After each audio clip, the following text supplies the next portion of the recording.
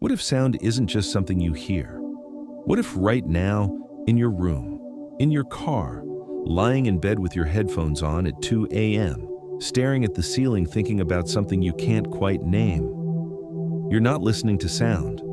You're inside it. Let's start with what sound actually is. Not music, not noise. Strip it back to physics. Sound is pressure. It's matter in motion, waves of compression moving through whatever stands in their path. Air, water, glass, concrete walls, your body. And here's the part that gets quietly left out of every science class. Your body is nearly 60% water. So when bass hits your chest at a concert, when a song gives you chills you didn't ask for, when someone's voice makes your stomach tighten before you've understood a single word they said, that vibration isn't stopping at your ears. It's not being processed and filed away. It's moving through you, through your water, through your tissue, through your bones. Every frequency in the space around you is passing through your body right now, as you watch this. We grow up treating sound like furniture. Background, noise, something to manage, something your ears handle so your brain doesn't have to think about it. But what if sound is doing something your brain never gets told about? Scientifically, sound is structured energy. It doesn't just travel, it organizes. In the 18th century, physicist Ernst Chladni did something quietly extraordinary.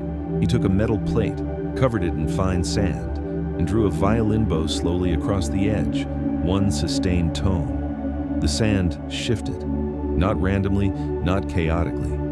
It migrated, as if guided, into precise geometric patterns, symmetrical, ordered, exact. He changed the frequency. The pattern dissolved and reformed into something completely different. Same sand, same plate, different frequency, different geometry. This is called cymatics. Later researchers replicated it with water, with powder, with liquid. Every time, sound didn't scatter matter, it shaped it. Think about that. An invisible wave of pressure producing visible, repeatable geometric order. Sound has structure, and it imposes that structure on whatever it moves through, including you. Now consider the space you're sitting in. Right now, passing through your body are signals you will never consciously detect. Wi-Fi, cellular frequencies, radio transmissions from stations in cities you've never been to, satellite signals, invisible, structured, constant. We already live inside a dense field of frequencies we can't perceive. That's not a theory. That's the room you're in right now. Dogs hear ranges completely beyond human perception. Elephants send communications through low-frequency vibrations that travel miles through the ground, felt by other elephants through their feet. Whales navigate and coordinate across entire ocean basins using infrasound that would take hours to reach its destination. Your perception is not the boundary of reality. It's just the boundary of your senses. And your senses were built for survival, not for detecting everything that exists. So what if there are entire layers of structured vibration moving through and around you constantly?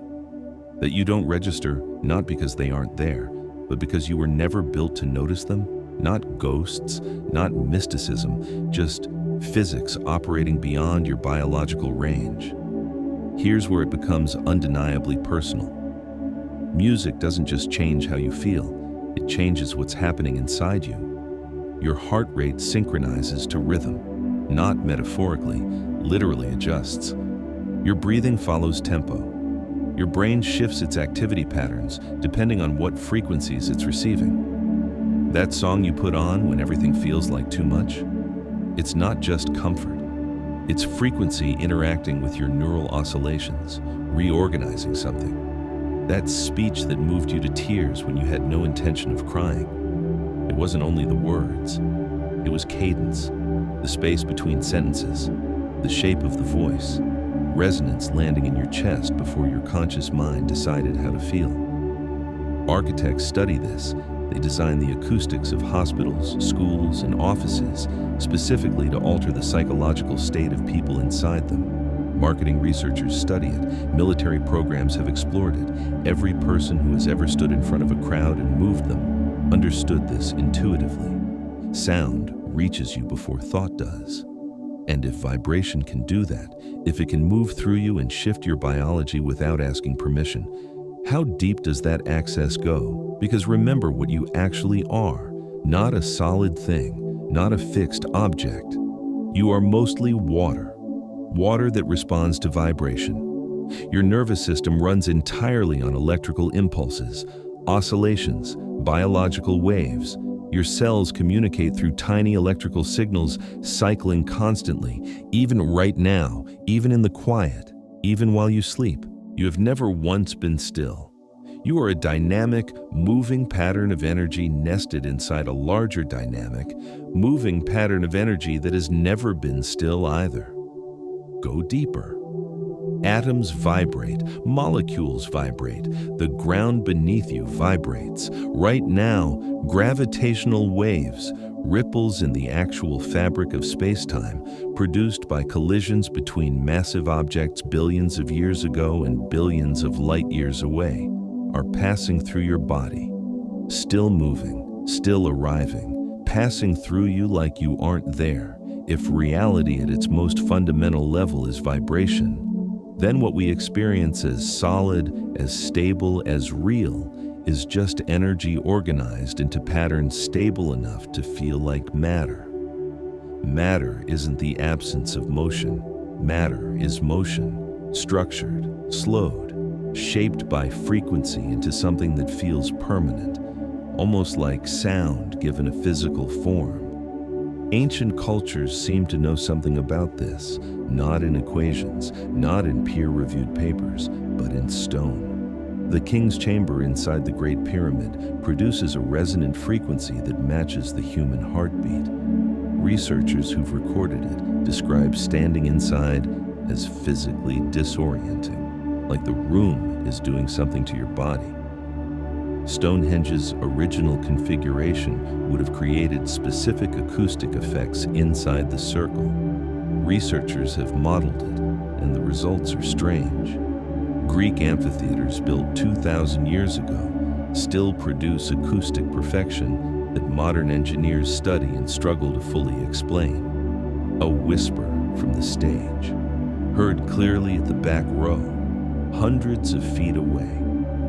They weren't just building places to gather. Maybe they were building instruments, tuned to something they understood that we forgot.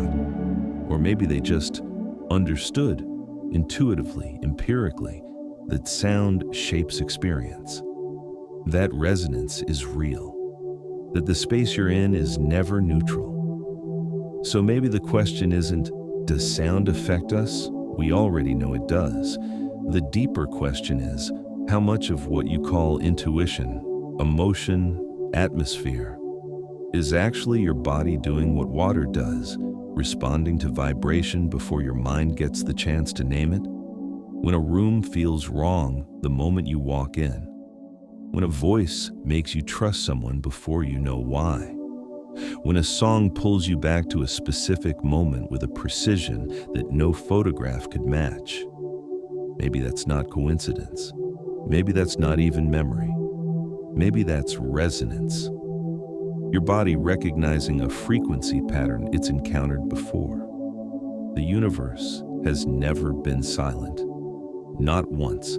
Not for a fraction of a second since it began. Everything is in motion. Everything is vibrating. Everything is, at its core, frequency in some form. So maybe we've had it backwards. Maybe silence isn't the default with sound occasionally breaking through. Maybe vibration is the default, infinite, layered, structured, and silence is just the name we give to the frequencies we haven't learned to perceive yet. And if that's true, then learning to listen isn't just about sound, it's about expanding what you're willing to believe is actually there. Blurred mind. Nothing is clear, and maybe that's the clearest thing of all.